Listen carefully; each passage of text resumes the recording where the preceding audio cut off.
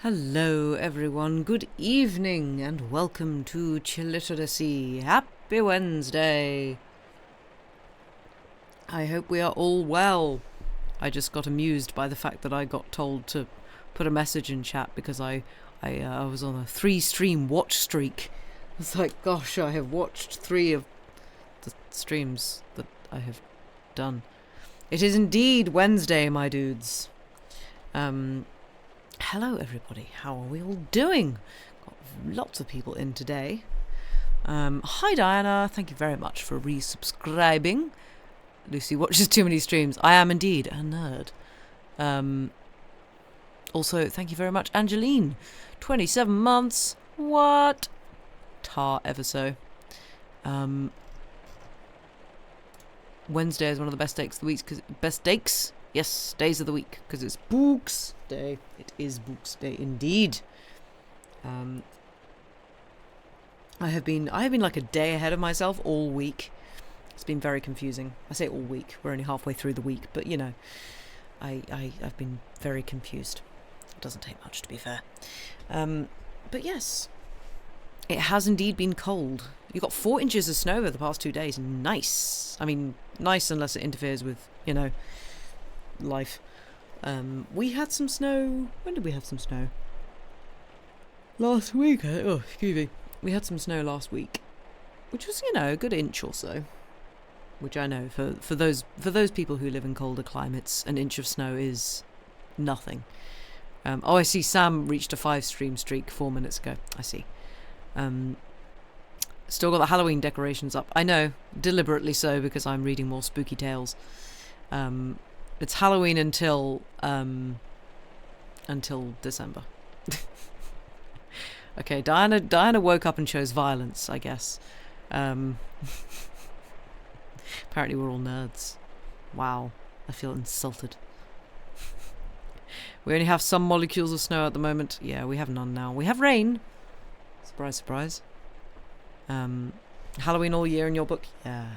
It's still traditional to tell spooky stories at Christmas time, so technically, basically from October onwards, it is spooky season. I guess as soon as the clocks go back. You'd love to have some snow, but it's still warm enough for your larkspur decided to bloom again. Yeah, some of the plants are getting very confused. Yeah. Although I think they have suddenly realised that, oh, it's cold. It's cold, okay. Which is good. But, yeah. Trying to think if I've got any... Excuse me. Anything else interesting to say?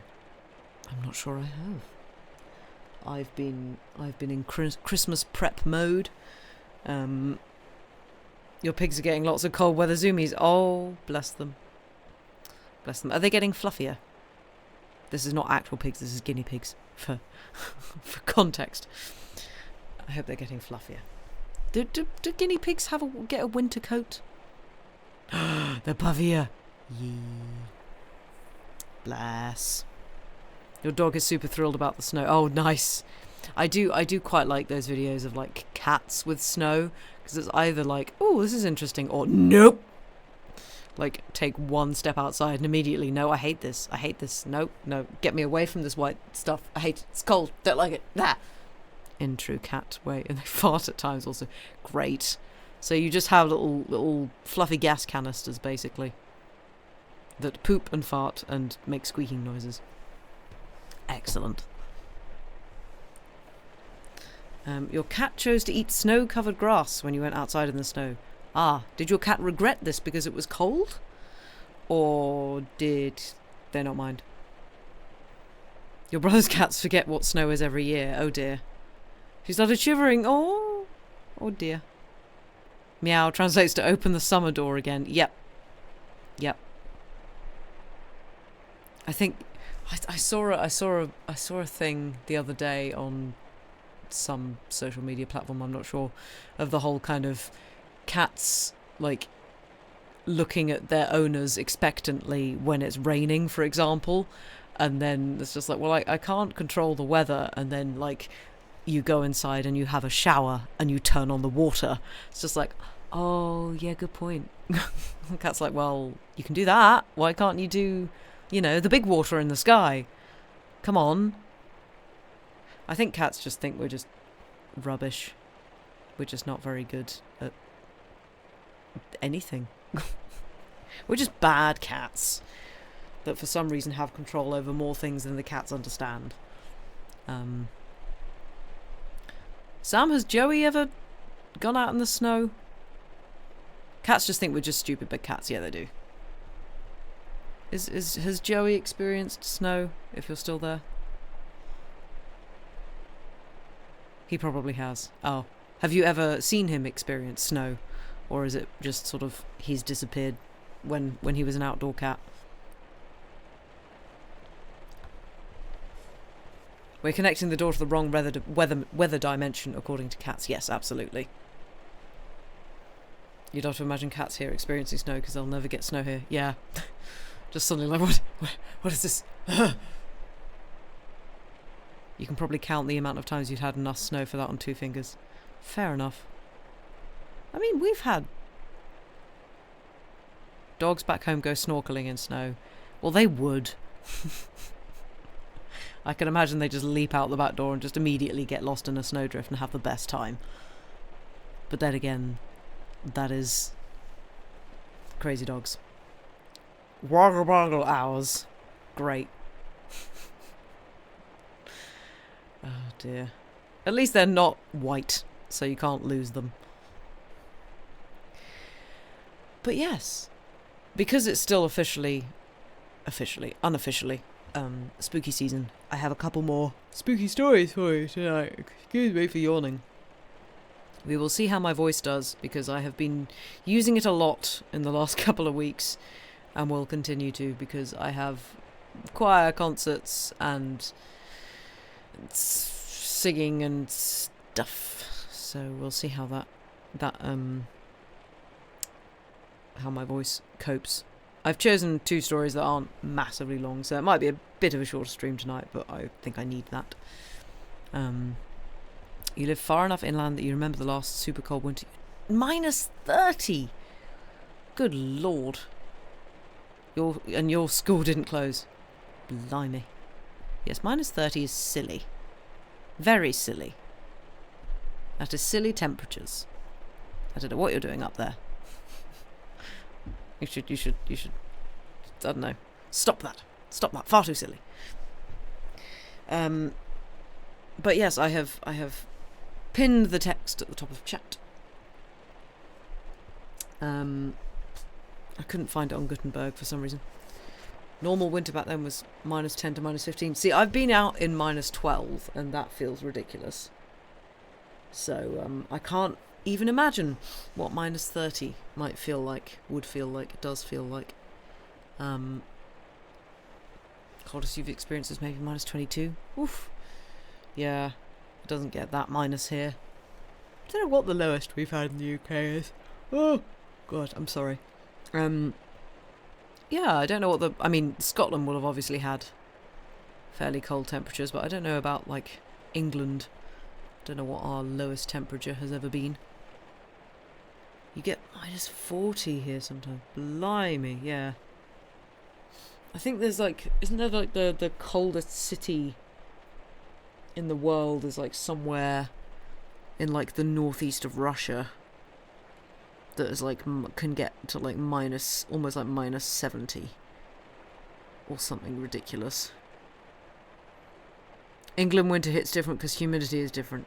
Yeah, we're just a very wet country. Siberia, oh yeah. Northern Sweden regularly get -35. Blimey. Yeah.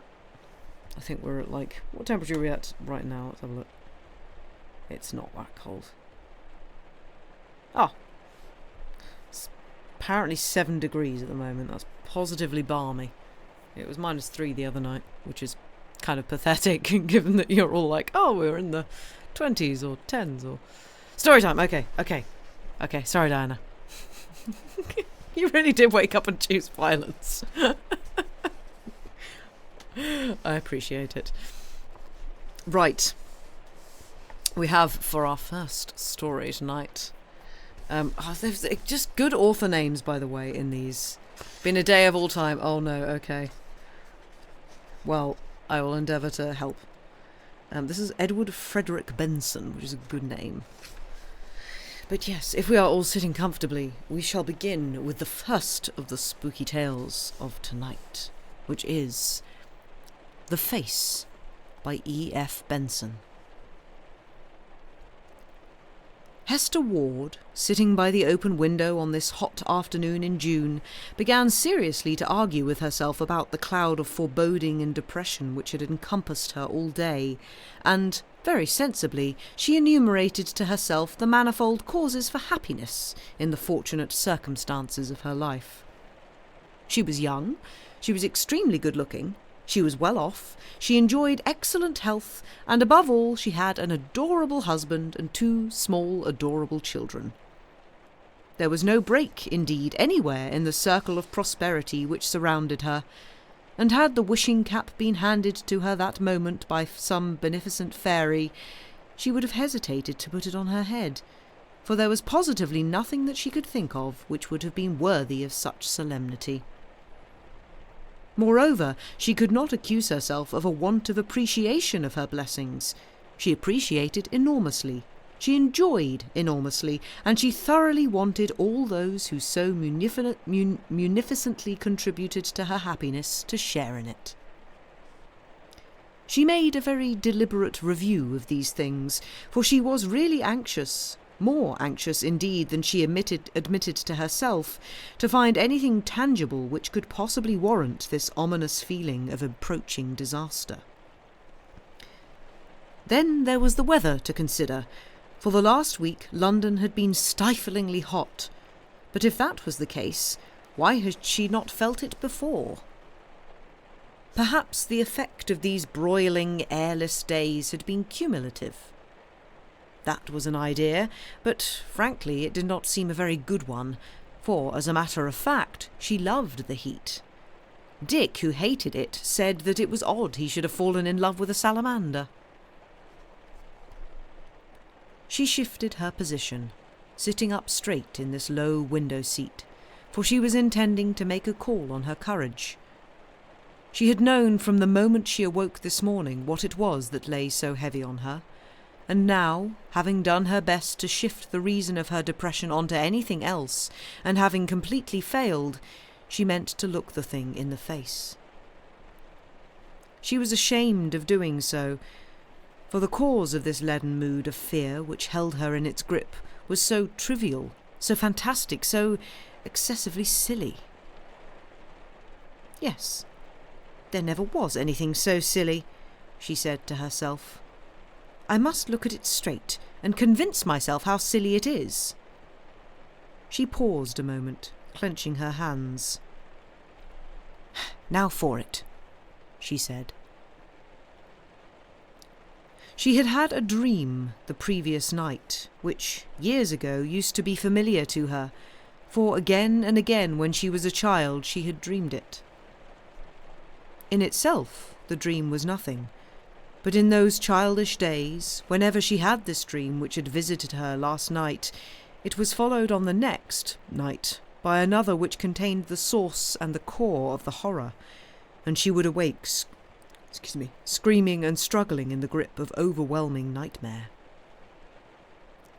For some 10 years now she had not experienced it, and would have said that, though she remembered it, it had become dim and distant to her. But last night she had had that warning dream which used to herald the visitation of the nightmare, and now that whole storehouse of memory, crammed as it was with bright things and beautiful, contained nothing so vivid. The warning dream, the curtain that was drawn up on the succeeding night and disclosed the vision she dreaded, was simple and harmless enough in itself. She seemed to be walking on a high, sandy cliff covered with short down grass. 20 yards to the left came the edge of this cliff, which sloped steeply down to the sea that lay at its foot.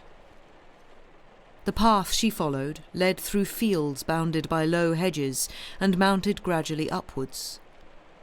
She went through some 6 of these, climbing over the wooden stiles that gave communication. Sheep grazed there, but she never saw another human being, and always it was dusk, as if evening was falling and she had to hurry on because someone, she knew not whom, was waiting for her, and had been waiting not a few minutes only, but for many years. Presently, as she mounted this slope, she saw in front of her a copse of stunted trees, growing crookedly under the continual pressure of the wind that blew from the sea. And when she saw those, she knew her journey was nearly done, and that the nameless one who had been waiting for her so long was somewhere close at hand. The path she followed was cut through this wood, and the slanting boughs of the trees on the seaward side almost roofed it in. It was like walking through a tunnel. Soon the trees in front began to grow thin, and she saw through them the grey tower of a lonely church. It stood in a graveyard, apparently long disused, and the body of the church, which lay between the tower and the edge of the cliff, was in ruins, roofless, and with gaping windows, round which ivy grew thickly. At that point this prefatory dream always stopped. It was a troubled, uneasy dream, for there was over it the sense of dusk and of the man who had been waiting for her so long, but it was not of the order of nightmare. Many times in childhood had she experienced it, and perhaps it was the subconscious knowledge of the night that so surely followed it which gave it its disquiet. And now, last night, it had come again, identical in every particular but one. For last night it seemed to her that in the course of these 10 years which had intervened since last it had visited her, the glimpse of the church and churchyard was changed. The edge of the cliff had come nearer to the tower, so that it was now within a yard or 2 of it, and the ruined body of the church, but for one broken arch that remained, had vanished. The sea had encroached, and for 10 years had been busily eating at the cliff. Hester knew well that it was this dream and this alone which had darkened the day for her, by reason of the nightmares that used to follow it. And, like a sensible woman, having looked it once in the face, she refused to admit it into her mind any conscious calling up of the sequel. If she let herself contemplate that, as likely or not, the very thinking about it would be sufficient to ensure its return. And of one thing she was very certain, namely, that she didn't at all want it to do so. It was not like the confused jumble and jangle of ordinary nightmare. It was very simple, and she felt it concerned the nameless one who waited for her. But she must not think of it. Her whole will and intention was set on not thinking of it, and to aid her resolution, there was the rattle of Dick's latchkey in the front door, and his voice calling her. She went out into the little square front hall. There he was, strong and large and wonderfully undreamlike. "This heat's a scandal! It's an outrage! It's an abomination of desolation!" he cried, vigorously mopping. "What have we done that Providence should place us in this frying pan? Let us thwart him, Hester. Let us drive out of this inferno and have our dinner at— I'll whisper it so that he shan't overhear— at Hampton Court." She laughed. This plan suited her excellently.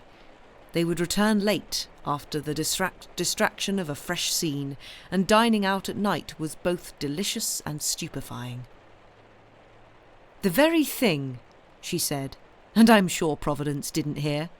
Let's start now." "Rather. Any letters for me?" He walked to the table where there were a few rather uninteresting-looking envelopes with halfpenny stamps. "Ah, receipted bill," he said. "Just a reminder of one's folly in paying it. Circular, unasked advice to invest in German marks. Circular begging letter beginning 'Dear Sir or Madam.' Such impertinence to ask one to subscribe to something without ascertaining one's sex. Private view, portraits of the Walton Gallery. Can't go. Business meetings all day. You might like to have a look in, Hester. Someone told me there were some fine Van Dykes. That's all. Let's be off. Hester spent a thoroughly reassuring evening, and though she thought of telling Dick about the dream that had so deeply imprinted itself on her consciousness all day, in order to hear the great laugh he would have given her for being such a goose, she refrained from doing so, since nothing that he could say would be so tonic to these fantastic fears as his general robustness. Besides, she would have to account for its disturbing effect, tell him that it was once familiar to her, and recount the sequel of the nightmares that followed. She would neither think of them nor mention them. It was wiser by far just to soak herself in his extraordinary sanity and wrap herself in his affection. They dined out of doors at a riverside restaurant and strolled about afterwards, and it was very nearly midnight when, soothed with coolness and fresh air and the vigour of his strong companionship, she let herself into the house while he took the car back to the garage. And now she marvelled at the mood which had beset her all day, so distant and unreal had it become. She felt as if she had dreamed of shipwreck, and had awoke to find herself in some secure and sheltered garden where no tempest raged nor waves beat. But was there, ever so remotely, ever so dimly, the noise of far-off breakers somewhere? He slept in the dressing-room which communicated with her bedroom, the door of which was left open for the sake of air and coolness, and she fell asleep almost as soon as her light was out, and while his was still burning. And immediately she began to dream. She was standing on the seashore. The tide was out, for level sands strewn with stranded jetsam glimmered in a dusk that was deepening into night. Though she had never seen the place, it was awfully familiar to her. At the head of the beach there was a steep cliff of sand, and perched on the edge of it was a grey church tower. The sea must have encroached and undermined the body of the church, for tumbled blocks of masonry lay close to her at the bottom of the cliff, and there were gravestones there, while others still in place were silhouetted whitely against the sky. To the right of the church tower there was a wood of stunted trees, combed sideways by the prevalent sea wind, and she knew that along the top of the cliff a few yards inland there lay a path through fields, with wooden stiles to climb, which led through a tunnel of trees and so out into the churchyard. All this she saw in a glance, and waited, looking at the sand cliff crowned by the church tower, for the terror that was going to reveal itself. Already she knew what it was, and, as so many times before, she tried to run away. But the catalepsy of nightmare was already on her. Frantically she strove to move, but her utmost endeavour could not raise a foot from the sand. Frantically she tried to look away from the sand cliffs close in front of her, where in a moment now the horror would be manifested. It came. There formed a pale oval light, the size of a man's face, dimly luminous in front of her and a few inches above the level of her eyes. It outlined itself. Short, reddish hair grew low on the forehead, below were two grey eyes, set very close together, which steadily and fixedly regarded her. On each side the ears stood noticeably away from the head, and the lines of the jaw met in a short, pointed chin. The nose was straight and rather long.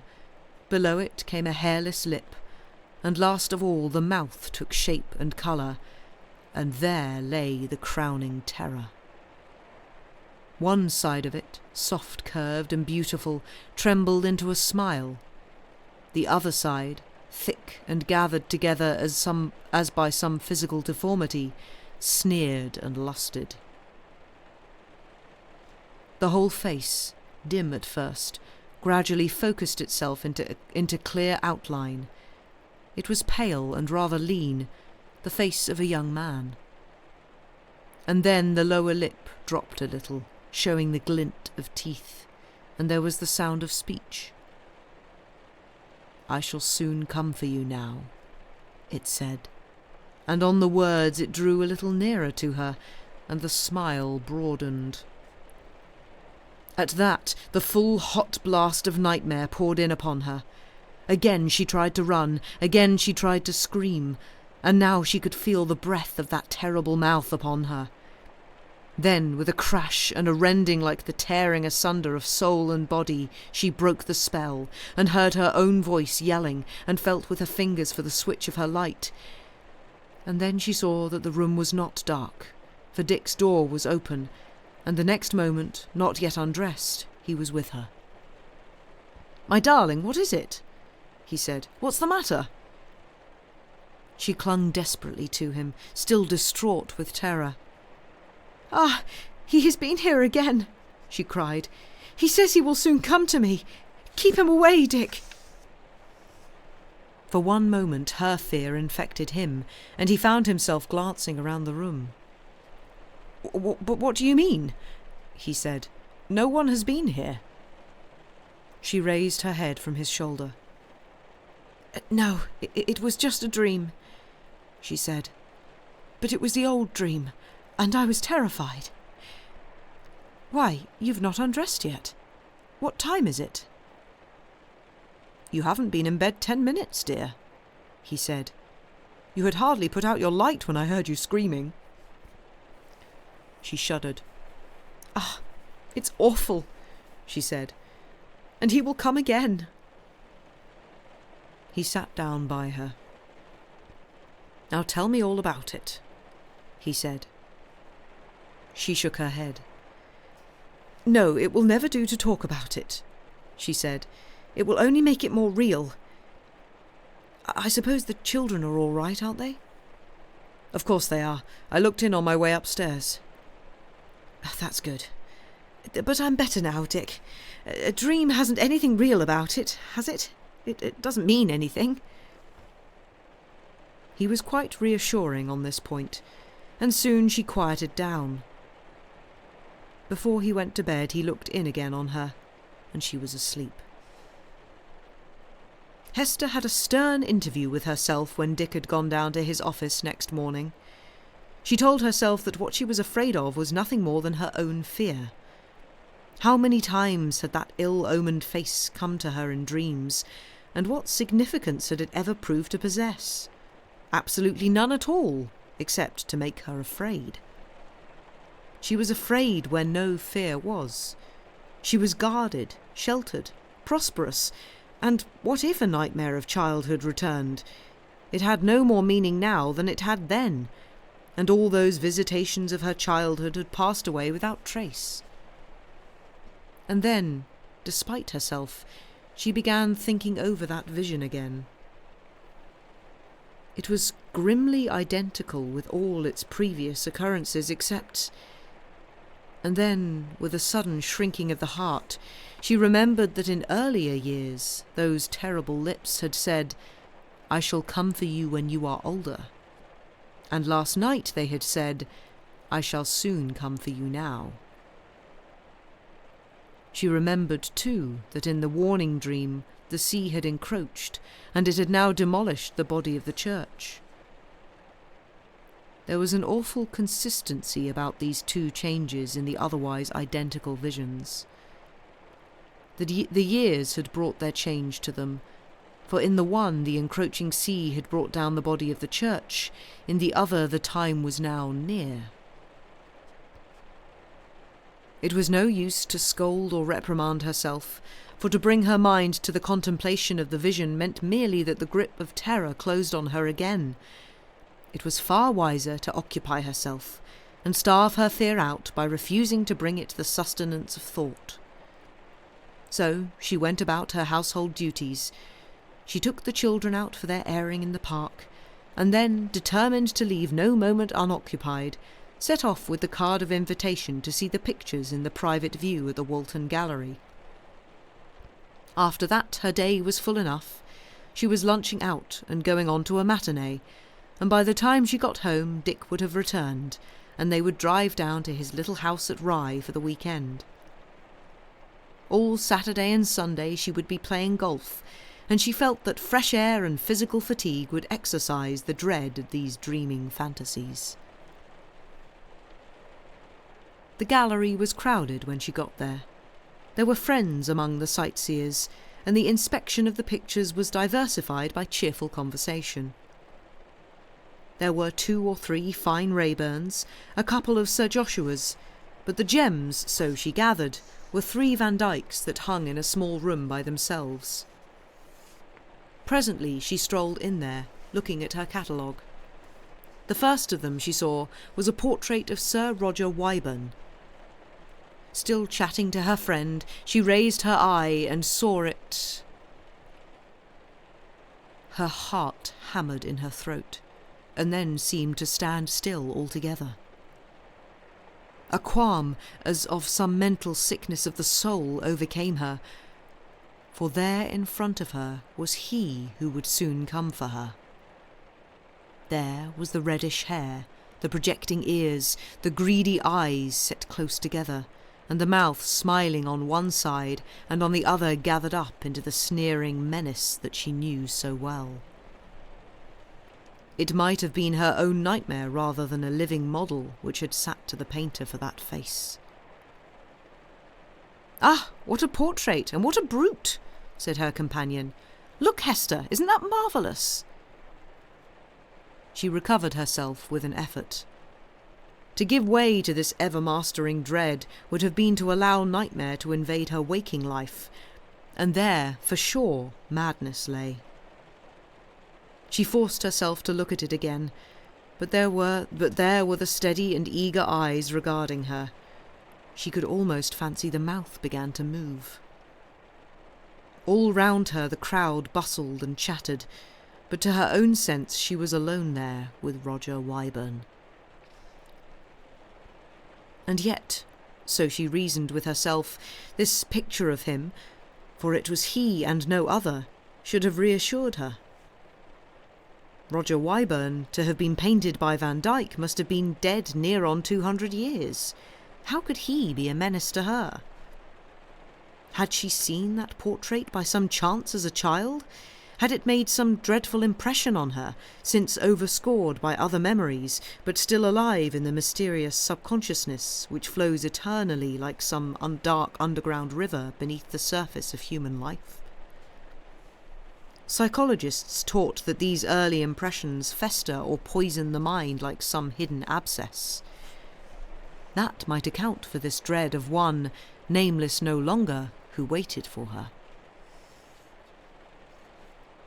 That night, down at Rye, there came again to her the prefatory dream, followed by the nightmare, and clinging to her husband as the terror began to subside, she told him what she had resolved to keep to herself. Just to tell it brought a measure of comfort, for it was so outrageously fantastic, and his robust common sense upheld her. But when, on their return to London, there was a reoccurrence of these visions, he made short work of her demur and took her straight to her doctor. "Tell him all, darling," he said. "Unless you promise to do that, I will. I can't have you worried like this. It's all nonsense, you know, and doctors are wonderful people for curing nonsense." She turned to him. "Dick, you're frightened," she said quietly. He laughed. I'm nothing of the kind," he said, "but I don't like being awakened by your screaming. Not my idea of a peaceful night. Here we are." The medical report was decisive and peremptory. There was nothing whatever to be alarmed about. In brain and body she was perfectly healthy, but she was run down. These disturbing dreams were, as likely as not, an effect, a symptom of her condition rather than the cause of it, and Dr. Baring unhesitatingly recommended a complete change to some bracing place. The wise thing would be to send her out of this stuffy furnace to some quiet place where she had never been. Complete change, quite so. For the same reason, her husband had better not go with her. He must pack her off to, let us say, the East Coast. Sea air and coolness and complete idleness. No long walks, no long bathings, a dip and a deck chair on the sands. A lazy, soporific life. How about Rushton? He had no doubt that Rushton would set her up again. After a week or so, perhaps, her husband might go down and see her. Plenty of sleep, never mind the nightmares, plenty of fresh air. Hester, rather to her husband's surprise, fell in with this suggestion at once, and the following evening saw her installed in solitude and tranquillity. The little hotel was still almost empty, for the rush of summer tourists had not yet begun, and all day she sat out on the beach with the sense of a struggle over. She need not fight the terror any more. Dimly it seemed to her that its malignancy had been relaxed. Had she in some way yielded to it and done its secret bidding? At any rate, no return of its nightly visitations had occurred, and she slept long and dreamlessly, and woke to another day of quiet. Every morning there was a line for her from Dick, with good news of himself and the children, but he and they alike seemed somehow remote, like memories of a very distant time. Something had driven in between her and them, and she saw them as if through glass. But equally did the memory of the face of Roger Wyburn, as seen on the master's canvas or hanging close in front of her against the crumbling sand cliff, become blurred and indistinct, and no return of her nightly terrors visited her. This truce from all emotion reacted not on her mind alone, lulling her with a sense of soothed security, but on her body also, and she began to weary of this day-long inactivity. The village lay on the lip of a stretch of land reclaimed from the sea. To the north, the level marsh, now beginning to glow with the pale bloom of the sea lavender, stretched away featureless till it lost itself in distance. But to the south, a spur of hill came down to the shore, ending in a wooded promontory. Gradually, as her physical health increased, she began to wonder what lay beyond this ridge which cut short the view. And one afternoon she walked across the intervening level and strolled up its wooded slopes. The day was close and windless. The invigorating sea breeze, which till now had spiced the heat with freshness, had died, and she looked forward to finding a current of air stirring when she had topped the hill. To the south, a mass of dark cloud lay along the horizon, but there was no imminent threat of storm. The slope was easily surmounted, and presently she stood at the top and found herself on the edge of a tableland of wooded pasture, and following the path, which ran not far from the edge of the cliff, she came out into more open country. Empty fields, where a few sheep were grazing, mounted gradually upwards. Wooden stiles made a communication in the hedges that bounded them. And there, not a mile in front of her, she saw a wood, with trees growing slantingly away from the push of the prevalent sea winds, crowning the upward slope. And over the top of it peered a grey church tower. For the moment, as the awful and familiar scene identified itself, Hester's heart stood still. The next, a wave of courage and resolution poured in upon her. Here at last was the scene of that prefatory dream, and here was she presented with the opportunity of fathoming and dispelling it. Instantly her mind was made up, and under the strange twilight of the shrouded sky she walked swiftly on through the fields she had so often traversed in sleep, and up to the wood beyond which he was waiting for her. She closed her ears against the clanging bell of terror, which now she could silence forever, and unfalteringly entered that dark tunnel of wood. Soon, in front of her, the trees began to thin, and through them, now close at hand, she saw the church tower. In a few yards farther she came out of the belt of trees, and round her were the monuments of a graveyard long disused. The cliff was broken off close to the church tower.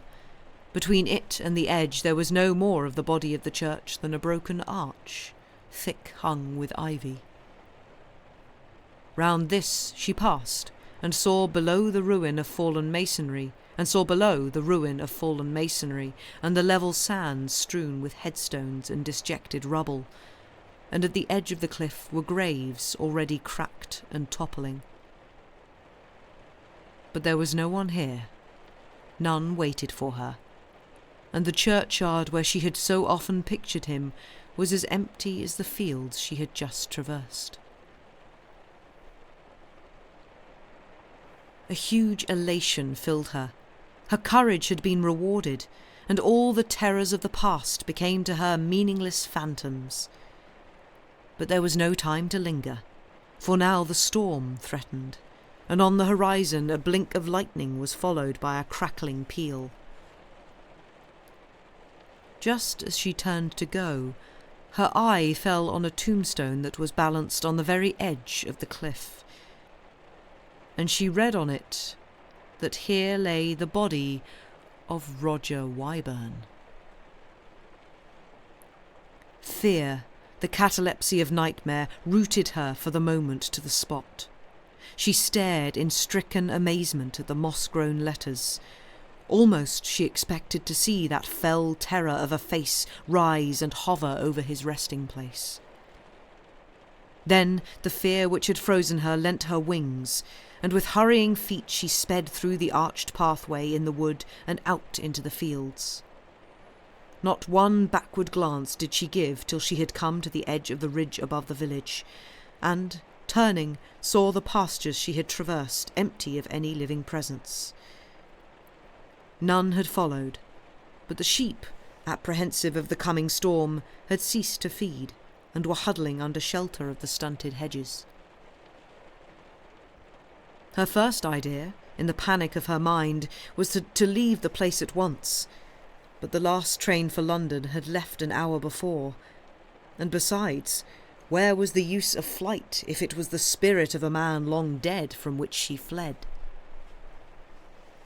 The distance from the place where his bones lay did not afford her safety. That must be sought for within. But she longed for Dick's sheltering and confident presence.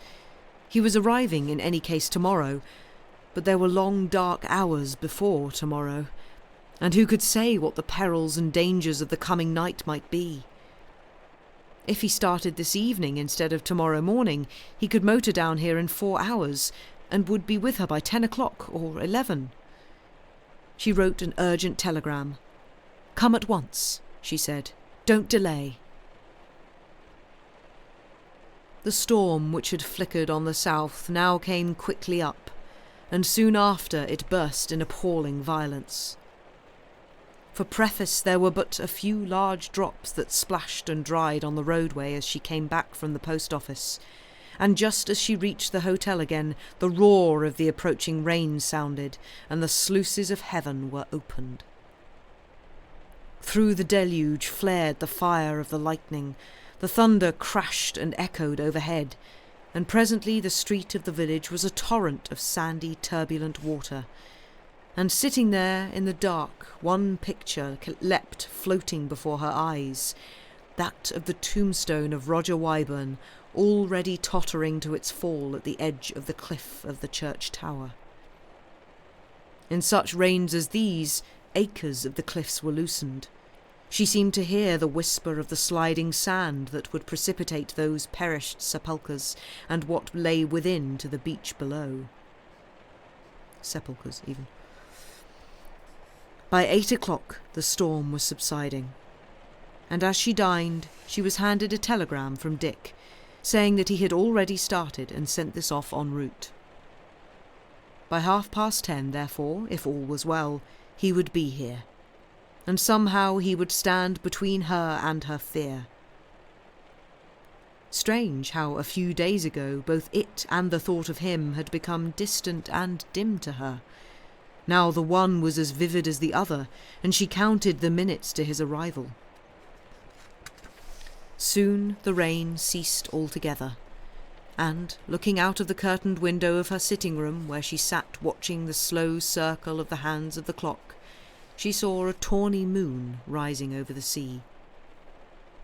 Before it had climbed to the zenith, before her clock had twice told the hour again, Dick would be with her.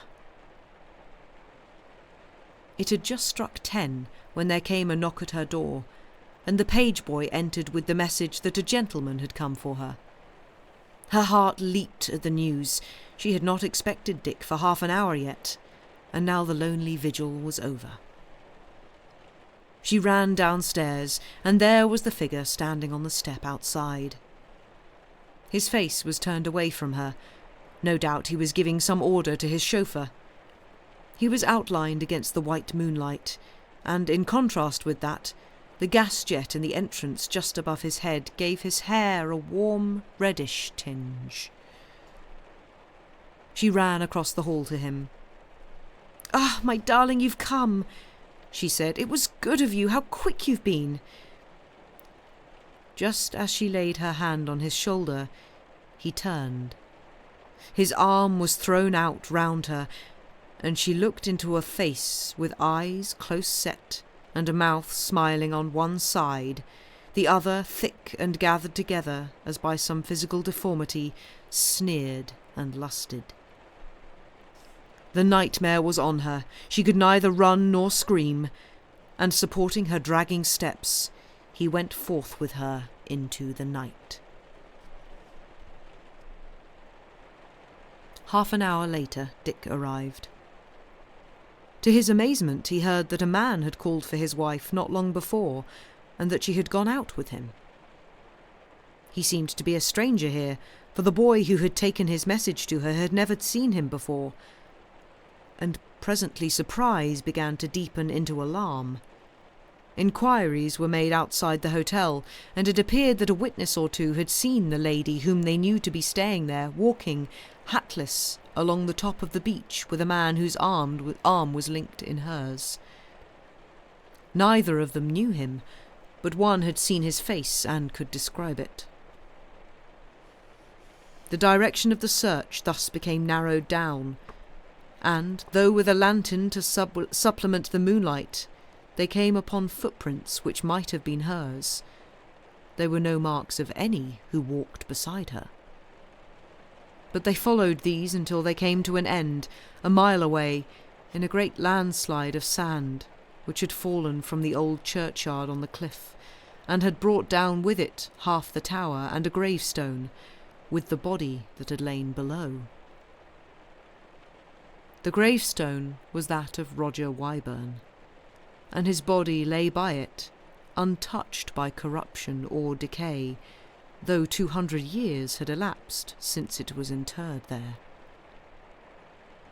For a week afterwards the work of searching the landslide went on, assisted by the high tides that gradually washed it away.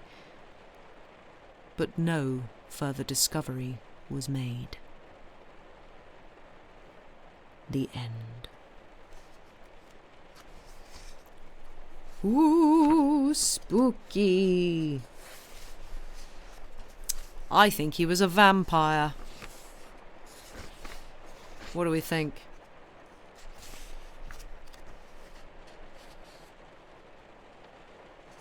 I liked that one. That was quite cool. I like the fact. I'm curious as to whether that. I'm sure that is an actual painting. It must be. Totally a vampire, right? I'm gonna look up.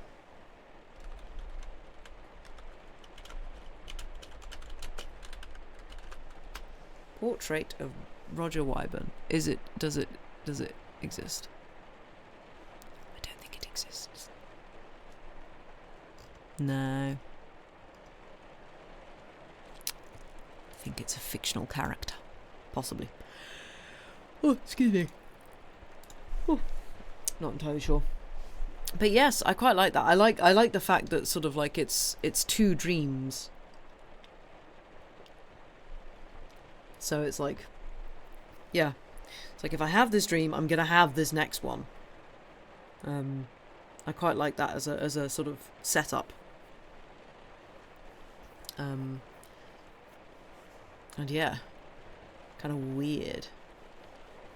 But yes, I hope you enjoyed that. I did. It was quite fun.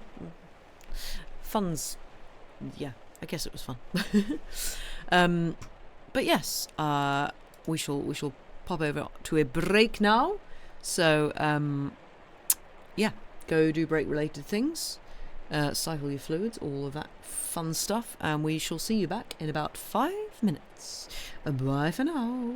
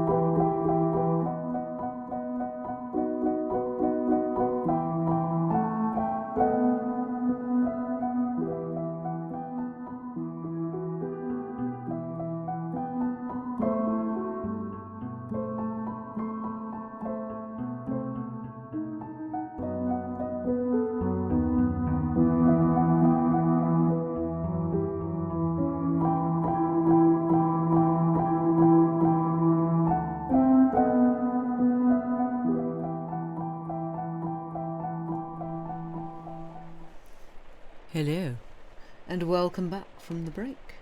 I hope we all had a good break.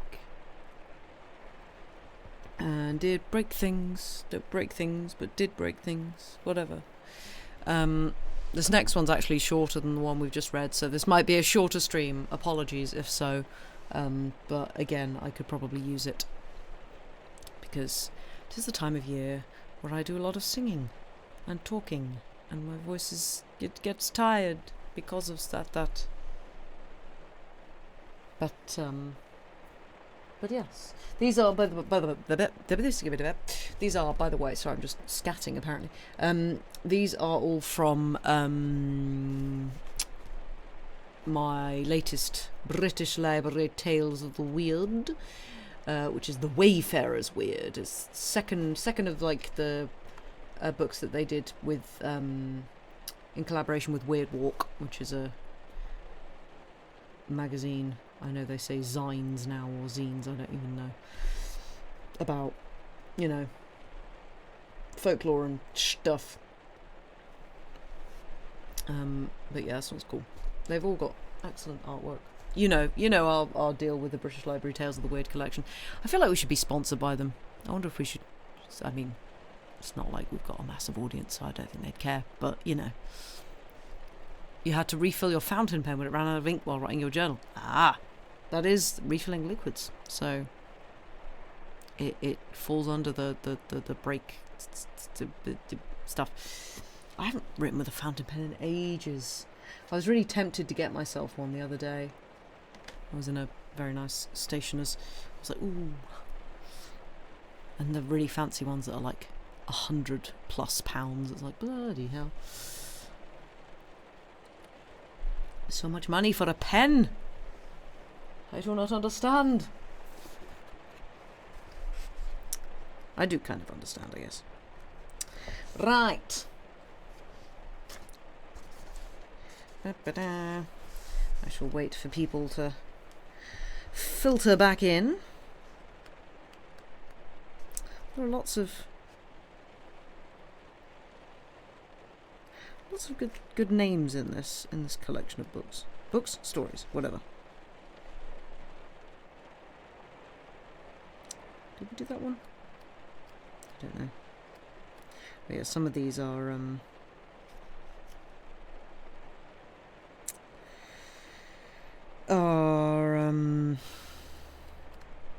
too modern for us to read, which is a shame.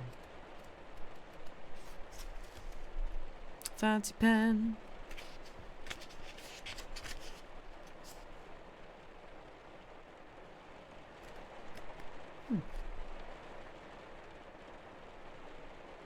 Anyway,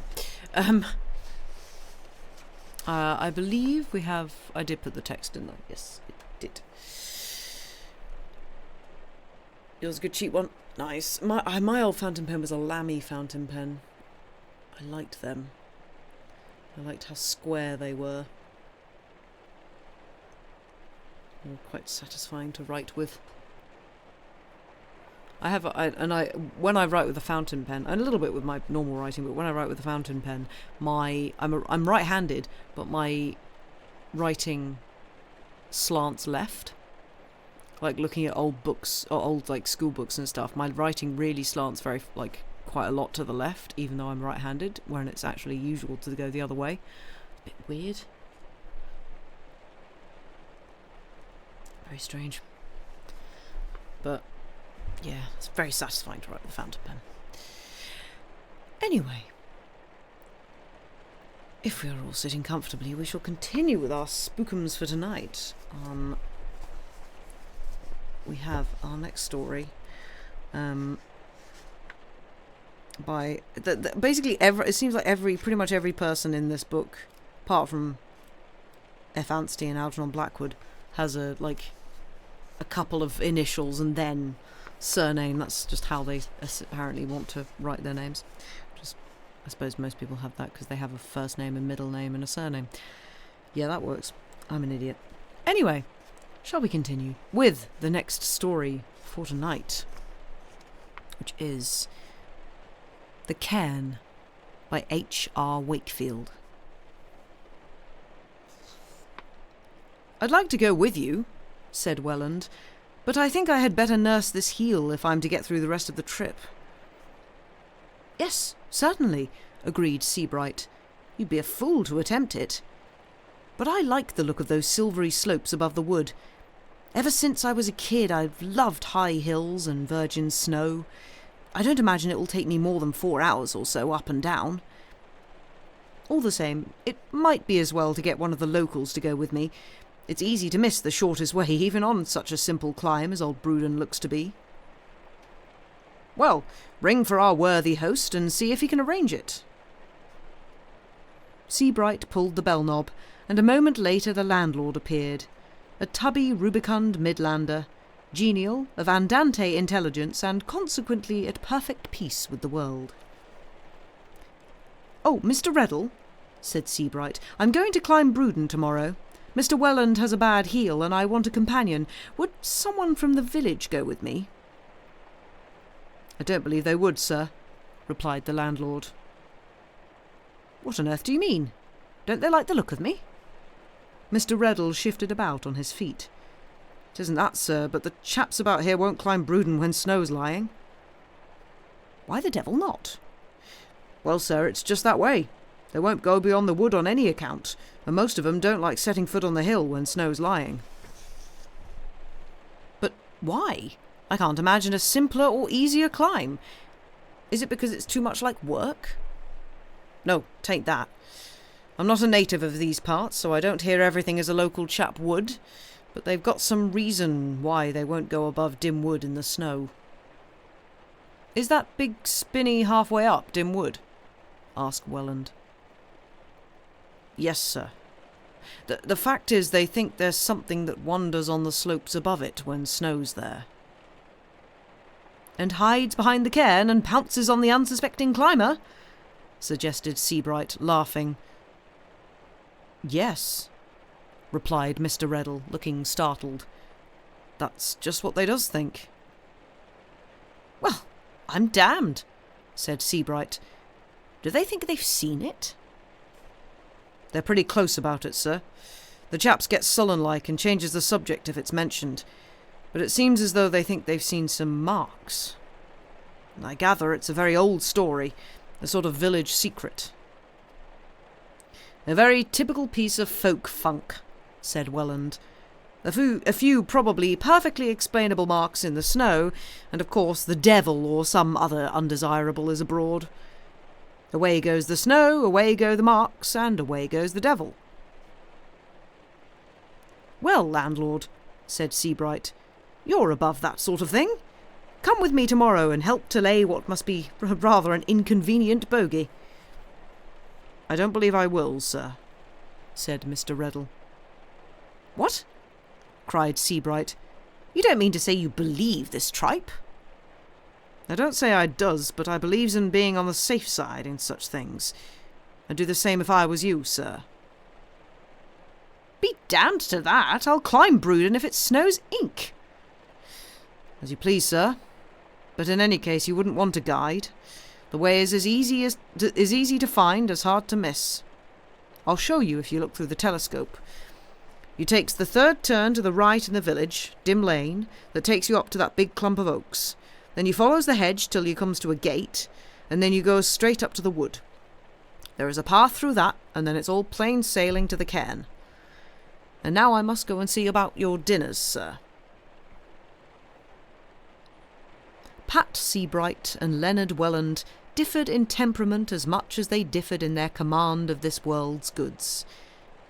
Yet to have laid down his life for the other would have been considered a privilege by either of them. If the summons had come, neither of them would have hesitated for a moment. They had been the fastest, firmest friends for 20 years. Pat made an easy 10,000 a year in his father's stockbroker's firm. Leonard secured from the national income a precarious £250 as an usher in a small school. Yet the overwhelming disparity between their income tax returns had never in the slightest degree tarnished their friendship, and Pat had never lent Leonard a penny. All he had done was to persuade him to allow him occasionally to do a little marginal speculation on his behalf with a rather mythical £50. These occasional flutters came off in a most magical manner, and every year a most welcome little increment was paid into Leonard's bank.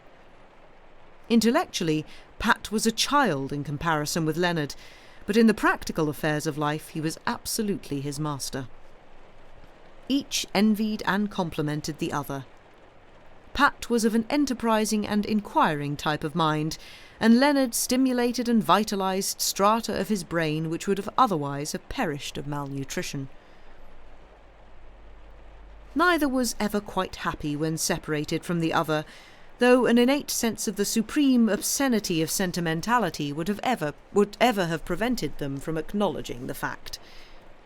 Their affection for each other so far surpassed the love of woman that they had been forced to face the conventionally considered ultimate tie of friendship by falling in love with the same one.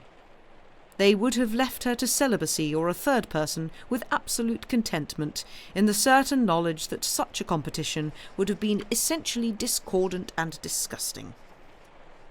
Each secretly dreaded the possible marriage of the other, though in the case of poor Leonard, who had to think twice about purchasing packets of cigarettes, and who met about 3 fresh females per annum, such a contingency was highly improbable.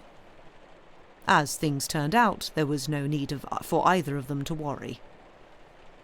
They always spent their holidays together, and on this occasion were passing the Christmas vacation in tramping the Lake District. Their time was almost up, for in 3 days' time they were due to drive back to London in Pat's impressive car. Perhaps it was this which seemed to cast a shadow over their dinner together that night. Both felt it and confessed to it. Pat applied his usually infallible antidote to irrational gloom by ordering a bottle of Mr. Reddle's champagne and 2 large glasses of his mediocre port. However, this medicine was not quite as successful as it should have been. The shadow remained. "That's a curious yarn about Bruden and the snow," said Welland. "In other circumstances it would be easier to explain. This alleged bogey might be, let us say, the personified terror of avalanches, but I don't suppose an avalanche has sprayed down Bruden since the end of the Ice Age, and even the traditional memory of the good folk of Borthwaite cannot be as long as that. Still, even on Bruden a blizzard might not be too pleasant. Are you sure you're wise to go alone?" "Oh, perfectly," replied Seabright. "Anyway, I shan't start if the weather breaks. How's the glass, Mr. Reddle?" "Steady enough, sir. From the looks of the sky, I'd say 'twill be fine but dullish tomorrow." They went to bed early, and Welland was asleep at once, but his rest was disturbed by the recurrence of a very idiotic little dream. It seemed to him that it was moonlight, and that he was gazing through the telescope at the cairn, which was throwing a hard shadow onto the snow. And then this shadow began to move, and as it moved it changed its shape and became more like a crouching beast of some kind than any such shadow had a right to be. And were those flaming points red eyes? And each time, before he could make up his mind on this, for some reason or other, rather urgent question, he awoke. "Now I will not dream that again," he said to himself, but a moment later he was once more scrutinising with a growing anxiety and distaste this erratic and enigmatic shade. After this had happened 5 or 6 times, he sat up in bed. Self-flatterers, he said to himself, would attribute this bother to nerves, honest men to alcohol. What should he do about it? Well, it occurred to him that if he crept very quietly downstairs and swung the telescope onto the cairn and proved to his full consciousness that nothing of the sort was abroad, then his subconscious, or whatever it was, would be convinced that no such wearisome phenomenon, such change of shape, was occurring at the crest of Bruden. The moon was filtering vague rays through light clouds. So much of his dream was true. Well, here was the telescope, and there was Bruden. He put his eye to the lens and swung the glass to the cairn. And then he put it down and rubbed his eyes, and then he took it up again, stared through it intently for a full 20 seconds, and put it down again. And then he returned rather slowly and thoughtfully to bed. "Of course I must be slightly tight," he said to himself. "That's why I can't sleep. That's why I see things through telescopes. No more double ports for me." All the same, and for a moment he felt a powerful inclination to go down again and take up the telescope and make quite sure that... He looked at his watch. 5 o'clock. And he did not feel sleepy. He decided to read till it was time to get up, something which would mobilize his powers of concentration. Essays on truth and reality, for example. Once he found himself dozing off, and there was just the vague, spectral outline of a cairn and a shadow beginning most exasperatingly to reappear. He pulled himself back to consciousness, and taking each sentence slowly etched it on his brain. As Mr. Reddle had prophesied, the morning was fine but overcast, and the glass remaining high, Seabright announced his intention of starting at 12:30. He would reach the wood about 2 o'clock, and the summit about 3:30, just as dusk was beginning to fall. There would be enough light to see him down to the wood, and he would be back at the inn before 5 o'clock. "And you can follow my progress, Leonard, through the telescope," he said, "and mutter prayers for my safety. Now, Mr. Reddle, are you sure you won't come with me?" "No, thank ye, sir, and if you take my advice you'd change your mind. Why not have a try for some of them ducks on the marsh?"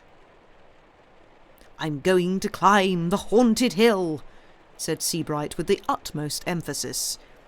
"I'm determined to convince the superstitious natives of these parts that climbing this measly hill with 2 inches of snow on it is not precisely the perilous ordeal they profess to consider it. I shall, if he appears, tweak the nose of the local bogey, and I am off to do this now." "Very well, sir," replied the landlord, "and I wish you luck." Seabright set forth punctually at 12:30, and Welland watched his strong, stocky figure striding away down the village street. As he reached the third turning on the right, he turned back and waved. Welland lunched at 1 o'clock, and afterwards sat down by the telescope, and attempted once again to concentrate upon the profound yet racy speculations of Dr. Bradley, but again without much success. His body seemed to protest against its immobility. It joined in a conspiracy with his nervous system to compel fidgets and fussiness and a sort of tingling unease, so that he repeatedly pulled out his watch and yawned and lit cigarettes and shifted his position, and those tendencies developed and became more insistent. They almost took charge of him, and the effort to resist them was exhausting in a small way. Presently he gave up the attempt to read, and took up the telescope. He searched very carefully the slopes between the wood and the cairn. If those weren't footmarks in the snow, what were they? Very possibly the locals were in the habit of pulling Mr. Reddle's, the foreigner's, leg. Certainly someone had travelled those slopes. Those marks were extraordinarily distinct. Would that be due to their size? He looked at his watch again. 5 minutes to 2. Pat should be appearing at any moment now. Looking through a small telescope like this was a damned tiring business. Ah, there he was. As he came out from the wood, Welland saw him pause. He is looking at those footprints, or whatever they are, he thought. Seabright remained peering down for half a minute or so, and then began climbing steadily again. Welland found he could just follow him with the naked eye, so he put down the telescope. Mr. Reddle came in just then. "How's he getting on?" he asked. "He should be at the top in 20 minutes or so." The landlord seemed not quite at his ease. "Getting a bit misty near the cairn, isn't it, sir?" "Yes," replied Welland. "The clouds are coming down. Looks like a change in the weather, I fancy." "Well, sir, I shall be in the kitchen for a bit yet. Would you mind letting me know when Mr. Seabright gets back to the wood again?" "All right," replied Welland, looking at him a shade sharply. "It's just a fancy of mine, sir," said Mr. Reddle, "if it's no bother." And he went out again.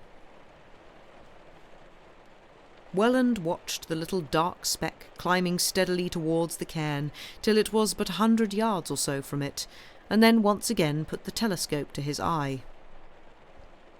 A few minutes later he saw Seabright reach the cairn, slap it with his hand, and then turn and face towards the inn and wave his right arm above his head. And then he began rapidly to descend.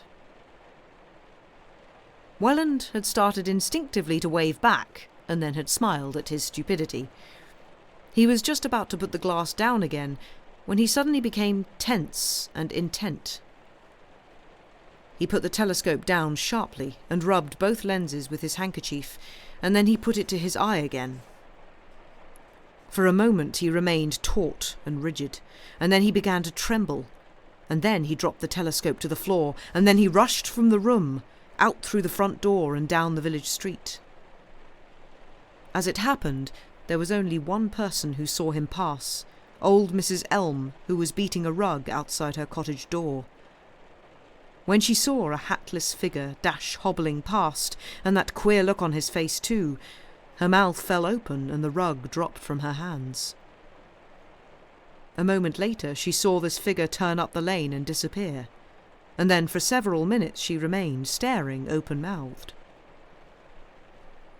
Now, Mrs. Elm's brain never exceeded Largo in its tempo, and seldom reached it. At the same time, she had a sense for the unusual. She went back to her kitchen and wrestled with the problem of what to do. So presently she put her shawl round her head and trotted up to the Hare and Form, where she found Mr. Reddle squeezing the digestive apparatus from a chicken. "Mr. Reddle," she began, and fiddled with her shawl. "Yes, what is it?" asked the landlord, pausing in the midst of his culinary business. "Well," said Mrs. Elm, "I sees one of those young chaps who's putting up here, and I sees him running by in his slippers and without his hat, and he turned up Dim Lane. I thought I ought to tell you." Mr. Reddle stared at her for a moment. Then he rushed past Mrs. Elm and into the guest parlour, stood stock still for a moment gazing round the room, then noticed the end of the telescope sticking out from beneath the table. He picked it up, stared for a moment through it at the dusk-rimmed crest of Brewdon, and then rushed through the front door and down the village street. By a lucky chance he met the local representative of law and order, Constable Lamb. Mr. Reddle clutched his arm. "I think there's maybe something wrong on Brewdon," he said. "Maybe something's happened to those young chaps staying with me."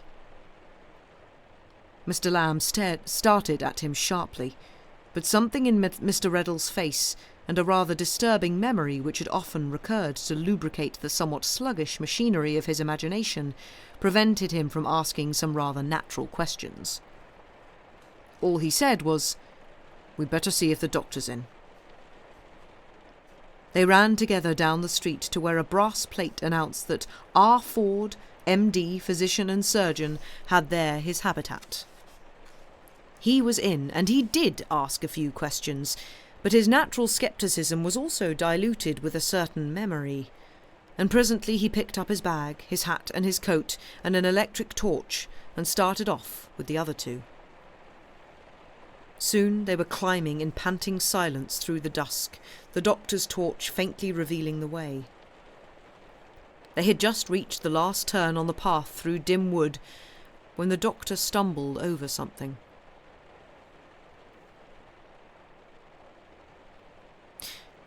"Just describe to us, Constable, exactly how you found the deceased," said the coroner. "Well," said Mr. Lamb, "Mr. Seabright was lying on his back, his arms thrown out like, and Mr. Welland was about 6 yards away. He was lying on his face, more crouching than lying, but his face was in the snow. They'd both fallen hard." "Did you examine the snow for tracks of a third person?" "Yes, sir." Did you find anything? No, sir.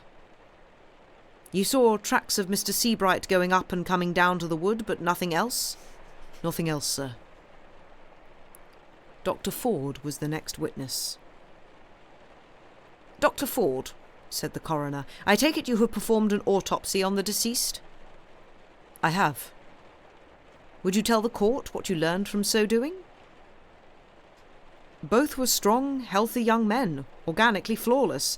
They had sustained extensive superficial injuries, bruises and so forth, and Mr. Welland had a broken arm. These injuries were consistent with the fact that they had been thrown down with great violence. Were these injuries sufficient to cause death? No, emphatically not. Then can you suggest why these two young men died? Frankly, I cannot. It is conceivable that some very violent shock, sudden terror, for example, may have resulted in heart failure in each case. When I say conceivable, I mean just possible, but I am at a loss for a convincing explanation of their deaths. I have known no parallel case. Is Mr. Reddle still here? Asked the coroner. Mr. Reddle was, and returned to the box. Mr. Reddle, as I understand it, Mr. Welland had decided not to accompany Mr. Seabright on this climb. Yes, sir. He'd hurt his heel. Then the fact that he suddenly made up his mind to go meet his friend was a complete surprise to you? Yes, 'twas, sir. Can you account for it? No, but I think he'd been watching Mr. Seabright through the telescope. Well, what's that got to do with it? Mr. Reddle was silent for a moment, searching for words. I should say nothing, sir, like as not. I only mentioned it, sir. The coroner drummed on the table, but there was otherwise no sound. From outside there came the light crack of a whip and the slow rumble of wheels. Well, said the coroner at length, this seems to me an extremely unsatisfactory affair. All I can do is to express my profound sympathy with the parents of these poor young men, and here he bowed to 4 persons in deep mourning, and to express my hope that further light will be eventually shed on this highly mysterious and tragic affair, but I see no object in adjourning the inquest. The verdict was open. Mr. Reddle followed P.C. Lamb out of the court and suggested to him that he should come up to the Hare and Form and have some refreshment. The constable had no objection whatsoever. When they were seated in the parlour and furnished with some glossy old pewter, Mr. Reddle said, You didn't tell the whole truth and nothing but it at the inquest, did you, Mr. Lamb? The constable put down his mug and looked suspiciously at the landlord. How's that? He said. What makes you for to say that? Because I was watching you through the glass when you climbed Brewden the morning after we found those poor young chaps. The constable shifted uneasily in his chair. If I tell you what I seed, will it go no further? Will you keep your tongue quiet about it? He said at length. I'll do that, replied Mr. Reddle. Well, said Mr. Lamb, a year or 2 afore you came, there was a London chap found dead in the wood, and that time I did tell all I'd seed. And the chief constable sent for me to Rendle and asked me a lot of questions. And at the end of it he said, They brew strong ale in Borthwaite, don't they? What did you say to make him laugh?